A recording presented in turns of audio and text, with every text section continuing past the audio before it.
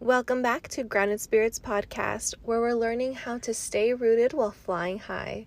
I'm your host, Laura Lynn, and in this episode, we're going to continue the series where I'm going over the chart that I made on Instagram, that I posted on Instagram about the soul, mind, body, and spirit. This episode is going to be about the zodiac signs and the elements, and we're going to go so deep into what these mean and all of the leftover tangents that I did not come back to or answer in the first 2 episodes of this series. I will be answering those questions. So please stay tuned after the break. Grounded Spirits Podcast is a Bella Spree production. They are now calling for submissions. So if you have a creative idea, so it could be podcasting, it could be a book, it could be art, it could be anything creative, they're looking for submissions. So go to Bella Spree on Instagram or Linktree/Bella Spree. It's BELASPRI. And go and give them your idea and watch it take off. And we're back. So, when I first talked about this back in the first episode, I was saying I found this super cool thing and I couldn't wait to tell you, and then I didn't tell you. And so now here we are in the 3rd episode of this series, and we're finally going to get to go over this. And just as a reminder, what I'm talking about is the calendar and how it came to be by looking at this chart that I created. And so it was really mind-blowing to see how it all came together. So to refresh your memory, I was talking about how this chart came to me after I read this Instagram post that said that the sun is source, is a soul, and then the moon is the body. And funny enough, outside of that post, now I see it everywhere in alchemy. So alchemy, it's always depicted as you have the sun and you have the moon, and then you have the 2 people. And you could even say it as masculine and feminine, how we were talking about with Anne Conway in that first episode as well. So from looking at that, we're going to start with the soul. So the soul, the element is fire, which means that the zodiac signs that pertain to the soul are Leo, Sagittarius, and Aries. Leo, I put first on this chart because Leo is the planet, how do I say this? The sun rules Leo. So they have their connection, just like Cancer is ruled by the moon. So now I'm going to go into each of the zodiac signs. So Leo, obviously we know it's the soul. Leo rules the 5th house. It's about the inner child. It's about creativity. It's about self-expression. It's about children. It's about romance.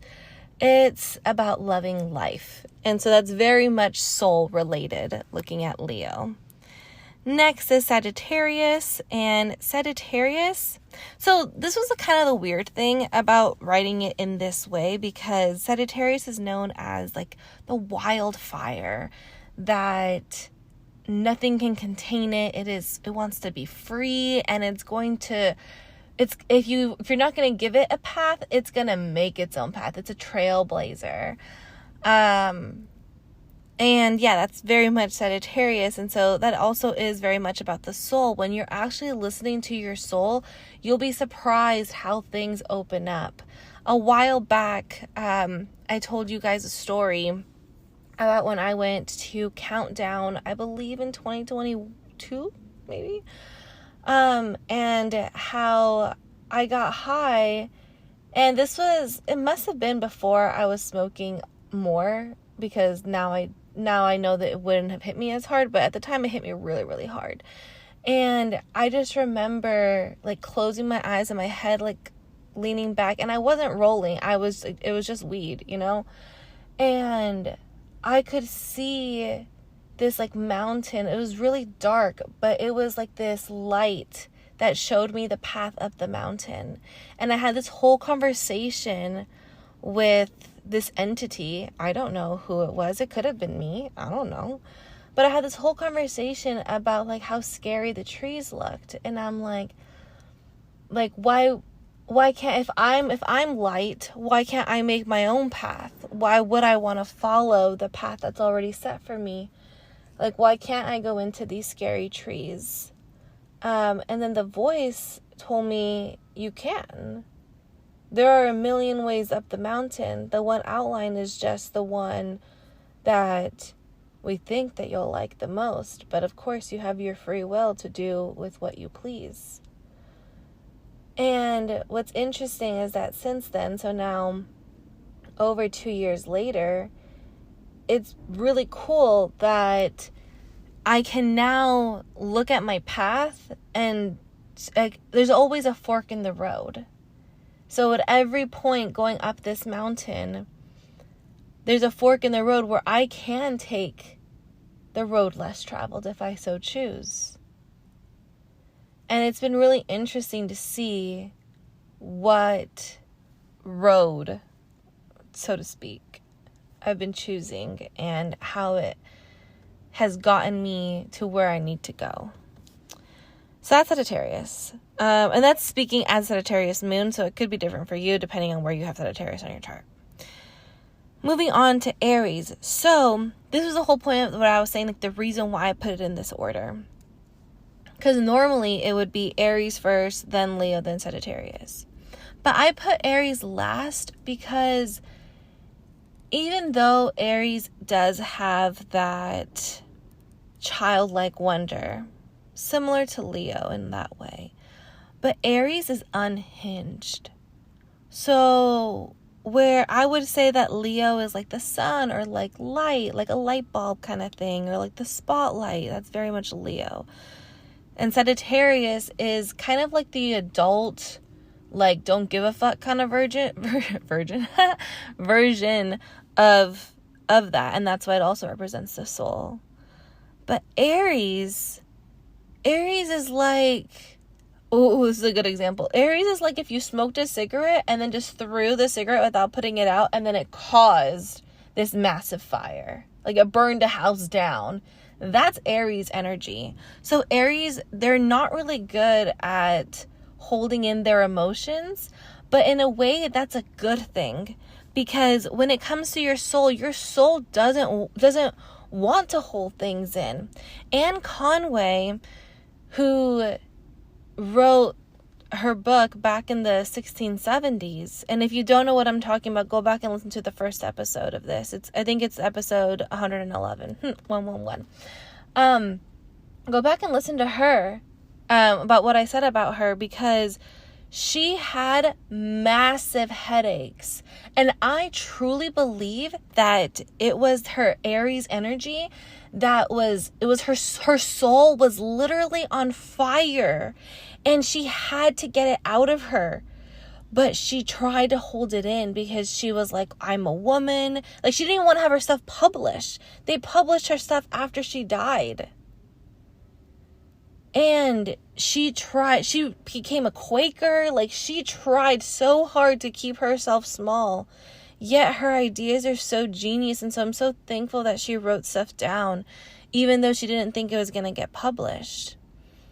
But if you have massive headaches, it's that your light is trying to shine. And you just have to let it out. That's your soul speaking to you. So that's what I got for soul. We're going to move on to mind after the break. If you're tired of reading the same old thing that everybody else is reading, and you're ready to go deep into authors that you've never heard of and to get new ideas, new perspectives of the world, then I have the perfect thing for you. It's a book club that I'm curating, and it's like super chill. What the format is I have a bunch of books and some questions just to get us started. You go in, you answer the questions, or just put in your own take, or of any points that you want to bring up of these books. So there in the book club, I have like the link to the book. so we can all read it together and get a good discussion out of it. So if you're interested, go to Grounded Spirits on Instagram, and you'll see in the link that in the bio, I have the link for the book club. So I'll see you in there. All right, now for the mind. So here's where the mind-blowing thing comes in. So in that article that I was talking about with the soul being like the sun and the moon being like the body, the mind, they said that it was the ascendant. And when you think about it, it's 100% true, because if your mind is the one that projects how do I say this? Your mind is limited. Like, the only limit that you have is your mind. So what you're projecting out into the world, you can take it as like a point of view or a perspective, right? So if you change your mindset, if you have a growth mindset, you're going to be able to see the world differently. So it's like that mask that you have on, sounding very similar to the way that the ascendant is in astrology, that we say. So for instance, I am an Aquarius rising, so I have an Aquarius lens as I view the world, and of course that's going to impact my mind. And me being an Aquarius, which is an air sign, that's why they were called air heads, because it's in your mind. That's the head, So with that, and that's why I put Capricorn first, because typically on the astrological wheel, we have Aries as the ascendant, as the first one. But obviously, Aries is a fire sign, so it's under soul. And like I just explained, it makes sense that Aries is under soul. Mind, however, the element that it is the most like is earth. And I said that because the mind is what makes people career driven. When someone's career driven or ambitious, it's because they have their mind set on the goal, and nothing is going to take them away from that goal, much like earth signs. And it's really hard to change their minds. Again, using that word, it's a colloquial phrase, but it's there for a reason. So here's the crazy part. The ascendant, like I said, should be Aries, can't be there, it's in the soul. So what do we have? We have Capricorn. And how do we start our year? In Capricorn. In January 1st, we're in Capricorn season. So it's like society, when we switched over to the Julian calendar, switched over from the Julian calendar to the Gregorian calendar. I think I have that right, but it might be switched. So double check me on that. But anyway, the one that we have today, the 12 months, there have been so many things on my TikTok. Even my dad has been sending me some that everyone's like, oh, we should have 13 months because there's 13 moon cycles. Yes, that may be true. But whenever we switched over to this set of calendar that we're using today, it was saying that is the perspective that society is going to have in Capricorn. Isn't that wild? Like, you can't make this up. So yeah, Capricorn 100% is part of that mentality of like that hustle and grind culture that we have today. That everybody is forced to buy into, until some people have been taking a step back and saying like, hey, this is not what I want my life to be. I'm going to go do something else. Me being one of them. So yeah, Capricorns are all about climbing up the mountain, building up stuff. On the normal wheel, it's at the 10th house. So at the top of your chart, at the midheaven, that is the Capricorn. Like, you want to get up high. And honestly, I feel like Capricorns have the energy of like getting up high enough to make yourself feel better. and to like say that you're better than people. And I feel like that is very much of what society has led us to believe, which is why we work so hard so that we can have this stuff. And then like that's why now we're realizing that that's not necessarily the best way to go about things. So that's Capricorn. Taurus, think about Taurus. It's about anybody who's a foodie. I mean, Taurus and foodies go hand in hand. Taurus is all about the luxuries of life. What have we been fed our whole lives?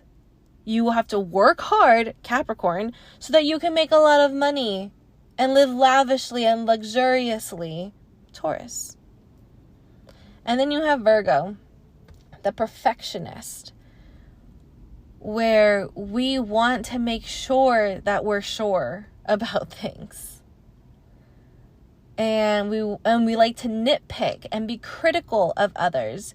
What does your mind do to you when you're overthinking, when you're nitpicking at yourself? Like, but me being a Virgo Venus, after I do anything, and also my Leo Mercury has the underlining of Virgo energy because of the degrees. And anytime that I talk, like even doing these shows, my mind will literally sit here and just replay everything I said and then nitpick and say, these are all the things that you did wrong so that you could do better next time. But instead of getting better next time, I'm just so nervous that I'm going to be making those same mistakes that then that's how I go off on my tangents, and then that's how I stutter, or that's how I do all the things that you shouldn't do when you're on a podcast. And it's because of that Virgo Venus, because that is how my mind has grown up to be. And so what's so interesting is that as I was developing this chart, it's that the question that arose was, is it that this is how it naturally is, or is this how humans have thought it to be and it's wrong? Is the mind supposed to be like this? Or maybe are these switched? Should the soul be the foundation, be the earth, and then the mind be the fire with the passion? Saying it out loud, the answer is no. Because the mind can't feel passion. The mind can't feel anything. The soul can feel passion, and the body can feel the touch. But the mind doesn't have any sensations. And that brings me to one of the things that I dropped last time in the first episode. I was talking about Anton Wilhelm Amo. And I don't think I ever finished the story. This is one of the things that my mind was racing about when I first finished that episode, and was like, hey, you never finished telling them about him. And so here I am. He made this wonderful argument saying that the body is the one that feels, not the mind. And some of his arguments were along the lines of what is living, the body is living, the mind, even though, that's interesting, because I was going to say that the mind is dead, but the mind isn't dead, but it doesn't have, the only source that it has, shut up, that's the cutest thing ever. So, okay, this is really cute, let me tell you. Oh my gosh, this is so cool. So the only way to know for sure about something is, okay, how do I put this into words? So this is the coolest thing ever that I'm like so flabbergasted right now, because my body is the one who told my mind, and my body doesn't have words. My body can only speak through emotions. But my mind was able to like pick up. It's like my mind, ever since I made this chart, my mind has been trying to like Duolingo the body. so I could better understand myself and so I can better feel my body. Because one of the major questions when it comes to the body is, like, if I have to go to the bathroom and I can hold it, like, why can I hold it? Like, why can't my body take control and be like, nah, bitch, we going to the bathroom? Like, why do I have to decide, me being the mind, why does the mind have to decide to get up and go to the bathroom? Or is it the mind? Maybe it's the soul. I don't know.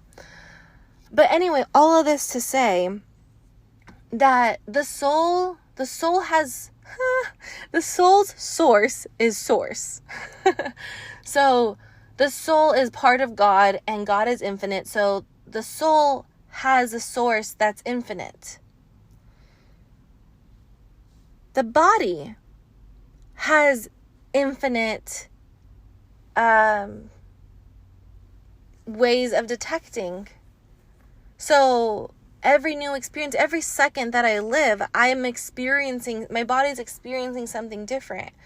Even if like, for instance, today I sat at the library for like 9 hours. And I didn't just sit there. I actually got a lot of work done. Go follow Bella Spree, because it's really coming together. So that'll be cool. And don't forget to submit your submissions, because it's really cool. It's really cool, like, the work that's going on over there. Sorry, I lost my train of thought. So sitting at the library for all that time. So my mind is the only one that's working. My body's just sitting there and typing along. So my fingers are working, but the rest of me is just sitting there. But the thing is that my body is detecting temperature, is allowing me to breathe, is doing all of these different things that I'm not aware of when I'm in my mind working on something. But the mind doesn't have its own source.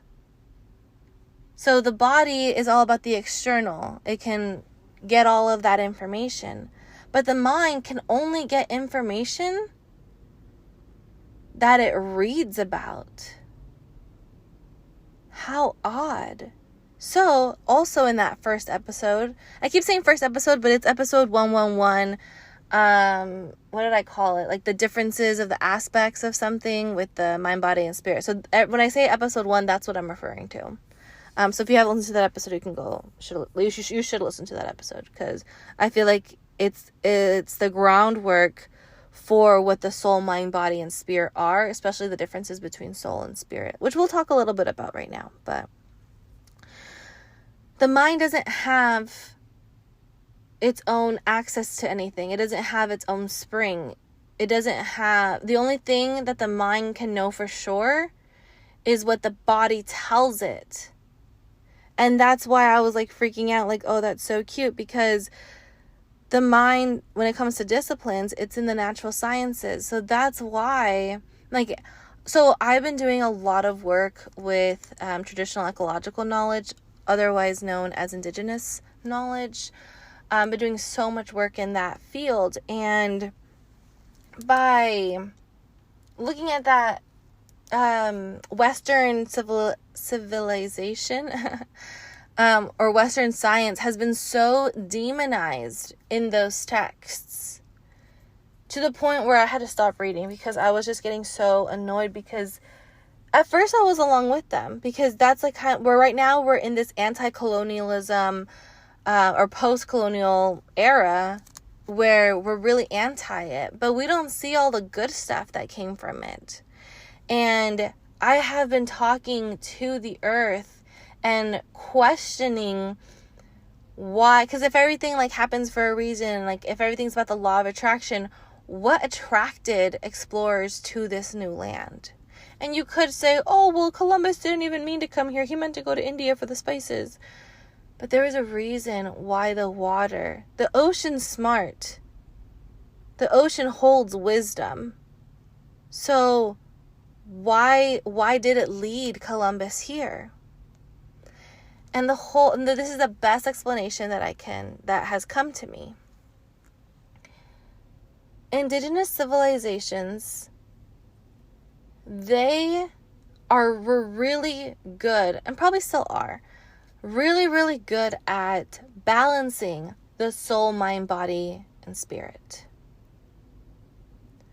Whereas Europeans picked the mind, and went full force on it.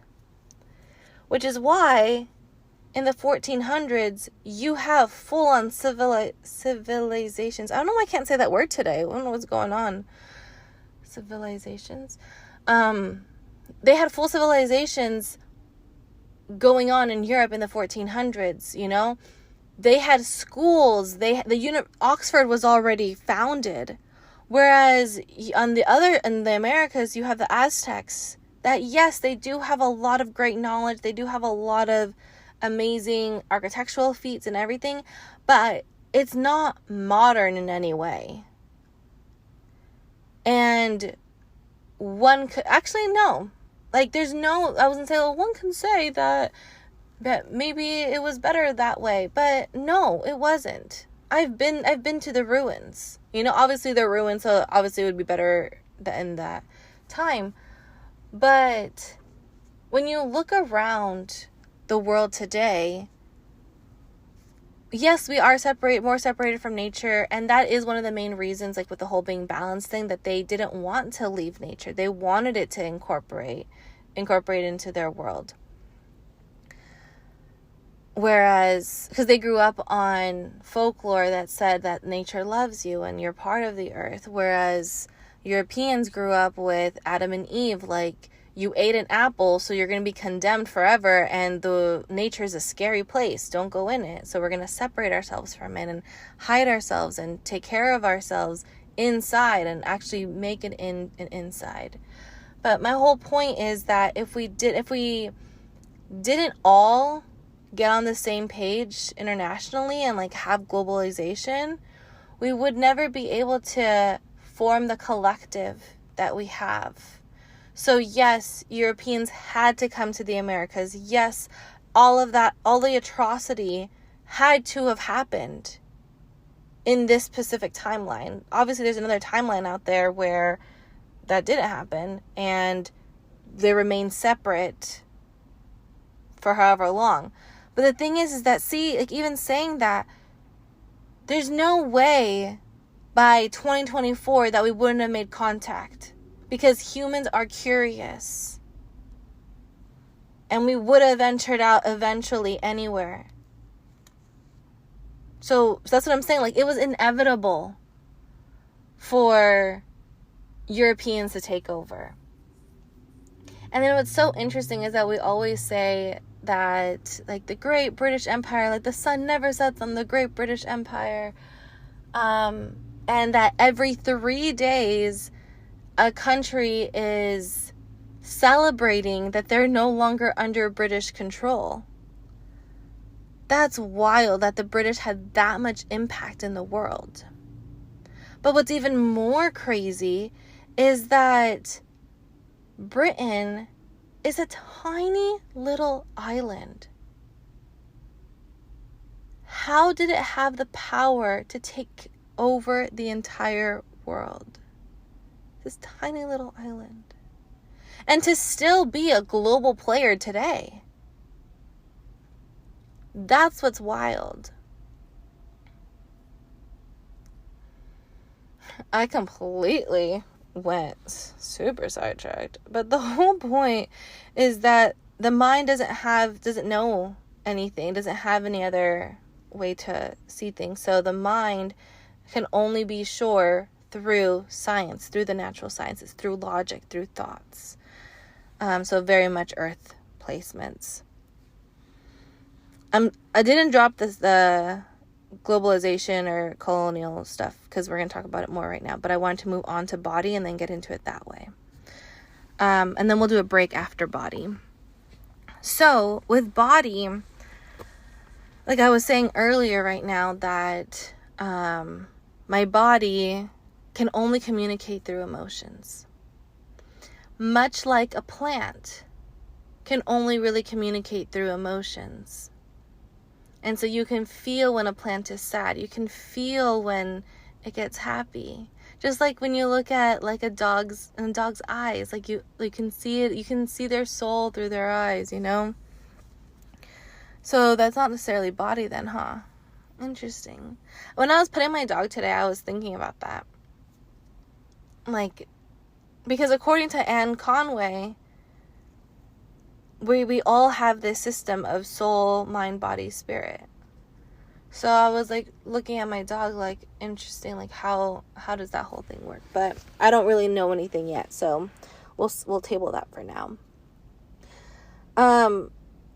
But yeah, so your body is about the emotions. The element is water, and it's like why the moon affects us so much, because we're mostly made of water, and we're gonna go where it takes us. So this has been like the biggest struggle for me to understand by only seeing it through the mind, because I don't know what it's like to lead with my body. Because if I did, then like I was saying earlier, if I was hungrier, I wouldn't tell it like, oh, just wait.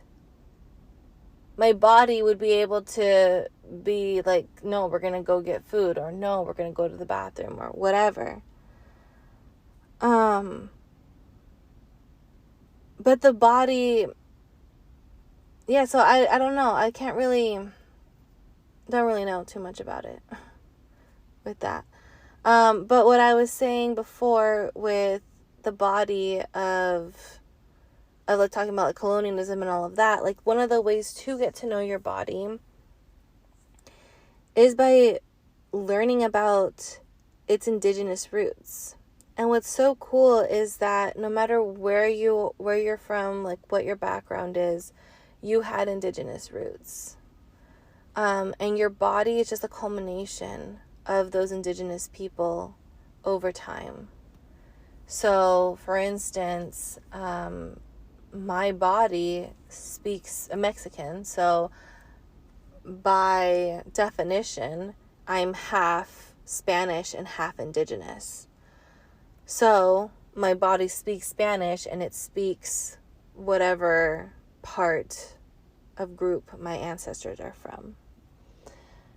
So to get to learn about my body, I have to get to learn about those histories, about those cultures, about those stories, about those oral histories that were passed down through generations. Because that's what's going to speak to my body. Because my body is just a culmination of my ancestors' DNA, all morphed into one and into me.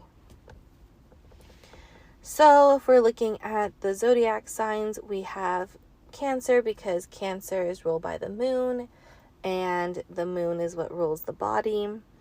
Then we have Scorpio. So I would say that these are like the anxieties, but also the intuition. And so it goes back and forth. Whereas the Cancer is like feeling the need to take care of yourself and to take care of others. So that's why our young don't just come out the womb and start walking like other animals. We have to take care of them.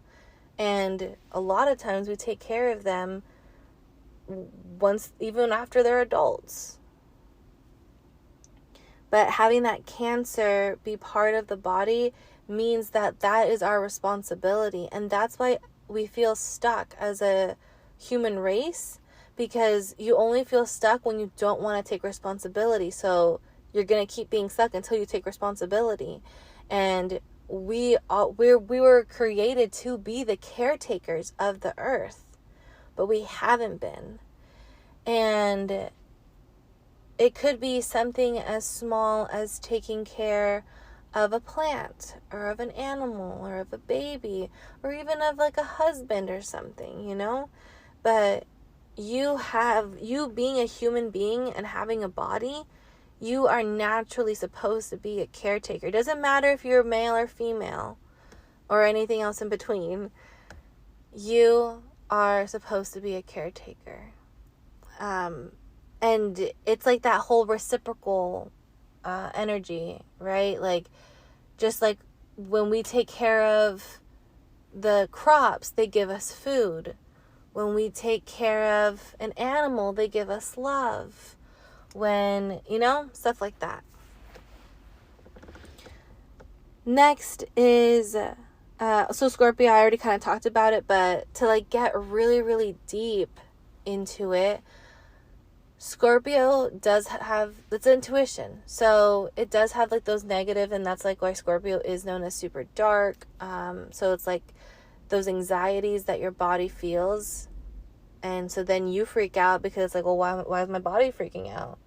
But sometimes it's just overreacting with that Scorpio energy. And sometimes you need to just like allow the worries to just pass over you and to be good underwater. And that's what Scorpio teaches us, because so Cancer is ruled by the crab, so an ocean animal. Pisces is ruled by a fish, ocean animal. Scorpio is ruled by a scorpion. Like, the fuck? A scorpion has no business being in water. And I wonder, can someone look it up and let me know? Like, what happened? Like, will they drown? Can they swim? I don't know. Interesting. Because what would be really cool is if it can swim, and so it'd be really cool because then it'd be like us humans being like land mammals, that we have this like spiritual role model of being able to undergo certain situations underwater and not being afraid. And last we have Pisces, and Pisces are very dreamy, and so that's why I had a hard time placing it under body, because body is physical. And so what I've come up with is that Pisces are like a fish, like I was saying, and so it's like our bodies need to be able to go with the flow of whatever's going on, just like any plant or animal that lives here on earth as well. Like, our bodies are no different when it comes to the grand scheme of things. And the only reason why humans are quote unquote above is because, what I was saying earlier, we were made to be the caretakers. But Pisces, being the fish, it's that like it's looking for like the best option a lot of the times. And I feel like as humans, we want to feel like we have some kind of control, even though we're meant to learn to just go with the flow and to follow our intuition and to really listen to our bodies and to become one with them. But it also makes sense, like what I was saying, like with the your ancestors and stuff. It's like that part of yourself has a soul too. So this is part of Anne Conway. She says that our thoughts are like inner children, and they have to have bodies too, because then we wouldn't be able to think about our thoughts, because they would just be spirit. They would just flow with the rest of it. And sometimes thoughts do that. Sometimes you do have a really good thought, and then you lose your train of thought, and then you don't know where it went because it just went off with the flow. And I feel like that is like part of when you're mixing mind and body. I feel like that's like where intrusive thoughts come in too. Like when you have those anxieties from the body and then they go up into the mind. So yeah, that's body. Next is spirit, and spirit is air. And it's actually how I came up with calling it spirit differently than soul.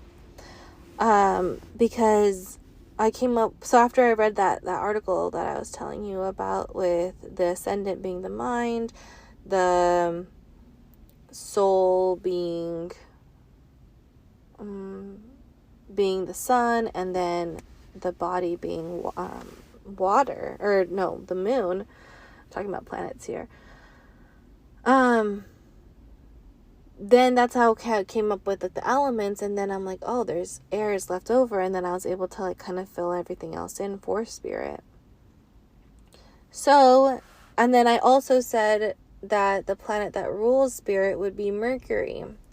And if you think about it, in ancient Greek mythology, Mercury, and it might be Roman, I don't know his other name, but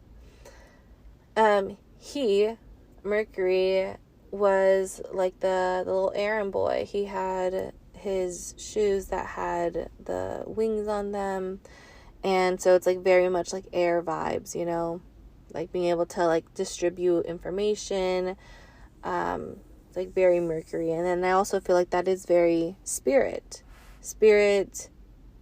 is all about exchanging information and getting people to where they want to go.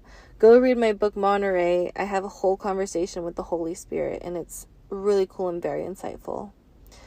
So then, of course, Gemini is ruled by Mercury. And so Gemini is first on this list. Geminis love to talk. They're little social butterflies. Butterfly, another air symbol. So it's the whole thing of like of the butterfly effect, that that's how you quantum leap. That's how everything can change in an instant, and it's through the air. It's through that spirit. Sorry, you fell. I was also watching this podcast, about vitalism and mechanism. And it was a chiropractor that was talking about this. I literally just put in vitalism mechanism because that's what I thought my dissertation was going to be about. And so I just put that into Google. And this thing, not on Google, on YouTube. And this video came up where she had this like PowerPoint, and it was very insightful. Like, she explained it so well. But anyway, at the end, she had a quote from Star Wars saying that the force is basically real, that we can all tap into this force and to be able to manipulate it. And I've heard that too, that humans just came down to earth to learn how to manipulate energy, and that's why the Jedi are like so powerful, because they've learned to manipulate this energy. So it's like giving us like what we could do. Like what I was saying in that first episode about that 4-minute mile, that no one could go under it until someone did. And then now it's just like common nature. So what if we are meant to be like Jedis and be able to control things by using the force? And that would be, I feel like obviously not in that way, but I feel like celebrities kind of already do. Like, why is Taylor Swift so polarizing? You know? And not saying that, like, because even, like, some people are like, oh, like, she's the devil, she's the Antichrist, like, she's just here to, like, suck all the love out and just, like, bring hate. Like, when has she ever done that? But, whatever. But what I'm trying to say, though, is there's something magical that happens when someone's performing. And so whether it's at a festival or at a concert or at a baseball game, I was talking a lot about this in the first episode, but to wrap it up here, it's very much this air energy. And so that's, again, with Gemini, being able to like project your energy. That's what Geminis do. But Gemini is also the twin, where you also have like that flip side where you want to just like keep your energy to yourself. But that's the beauty of being human, is that we have that luxury. We can choose if we want to shoot our energy up and away, or if we want to keep it close to the chest. And so it's like that flippy side. Then we have Aquarius. So Aquarius, like I mentioned in yesterday's episode, being an Aquarius, I can shoot off into space whenever I so choose to be able to get a different view of my life, get a new perspective of everything. And so again, shooting off into space, into the atmosphere, into the air, spirit, you get it. And lastly, we have Libra, who are very flirty, again with that social butterfly kind of energy. But Libras are also about balance. And how do they balance? through the scales. And what do they balance on these scales? A feather and a heart. So it's like bringing it to the whole spirit thing. Spirit, birds with feathers. And then the heart is going back to that body soul. And so it's that the spirit can only exist if your soul, like back to the scales thing, you're only going to get that scale right if your soul, if your body can integrate the soul into it, creating that heart, and then being able to project it outward using that spirit. And so, yeah, that is it. So I was going to take a break in between, but I guess I didn't. Just all kind of went together. So just to recap, soul is the fire. So like this is where your passion comes from. So if you feel apathetic towards your life, you're lacking the luster, it's lackluster, that's where you need to start. Look at where you have your fire signs on your chart and get in touch with your soul. Then if you are an overthinker and you want to stop, then look at where you have the Capricorn, Taurus, and Virgo, the earth signs, and give those areas more love. And by love, I mean the water signs, because it's just like how it is in real life. You need, like, plants need water or they'll die. So your mind needs that water that your body can give it, or it will literally drive itself insane. But the thing is that sometimes, I was saying this in the first episode too, that your mind sometimes doesn't want to accept love. And then we'll just throw ourselves a little pity party and be like, oh, no one loves us. But there's always love around. You just have to open your eyes to it. And then we have spirit, which is the air element. So if you want to learn how to project your energy to the corners of the earth, look at where you have these zodiac signs. Oh, I skipped body. Sorry. Look at where you have the water signs to get in touch with your body. And then look at where you have the air signs to get in touch with your spirit, to be able to radiate that energy. And it's the law of attraction, basically. That if you want to become a powerful manifester, look at your air signs. But like what I was saying before is, if it's kind of like telephone. Your soul is trying to communicate with spirit. So if your mind and body are clear, then the message of whatever your soul wants, the desire, the passion, soul will tell spirit, and spirit will go out and get it and bring it back to you. And then that's how a manifestation gets completed. But we're humans. So we have a body. And because we have a body, we have the mind, because the mind connects the soul and the body. And this mind and body, if they're fighting, then they're in their own little world. The poor little soul is like, hey, tell spirit this. And mind and body are just going to be rude and not even listen to soul. And they're just going to tell spirit whatever they want. But if everybody's getting along, then whatever soul whispers, it'll just go straight up to spirit and you'll get what you want. So the point of this is you really have to focus in on first starting your fire, because if you don't have your fire, then you have nothing. But then making sure that you're taking care of your earth that's inside. Just like how I was saying before, we're the caretakers. We're supposed to take care of the earth on the outside. Why wouldn't we be taking care of ourselves on the inside? And then that's how we're going to be able to get on to spirit. The other thing I wanted to say about this is if you look at it on a chart, on like the zodiac chart, you'll see that water and air should be switched. And I actually tried with it, and I was like, okay, if body is air and then spirit is water, and then I tried to like work with it, it didn't make sense.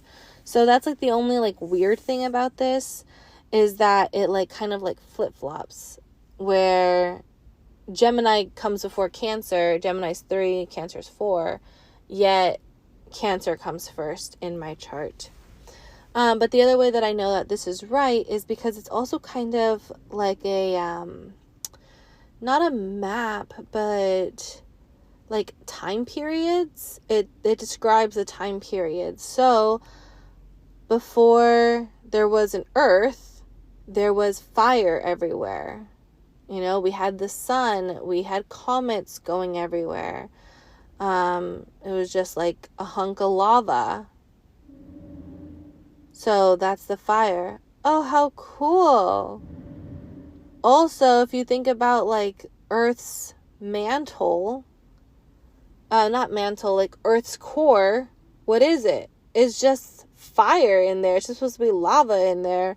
And then that's a theory, because who really knows what's down there? Who's really been down there? Nobody. But that's the theory, and someone came up with it. Someone has some good reasons why, or else we wouldn't have learned it in school, right?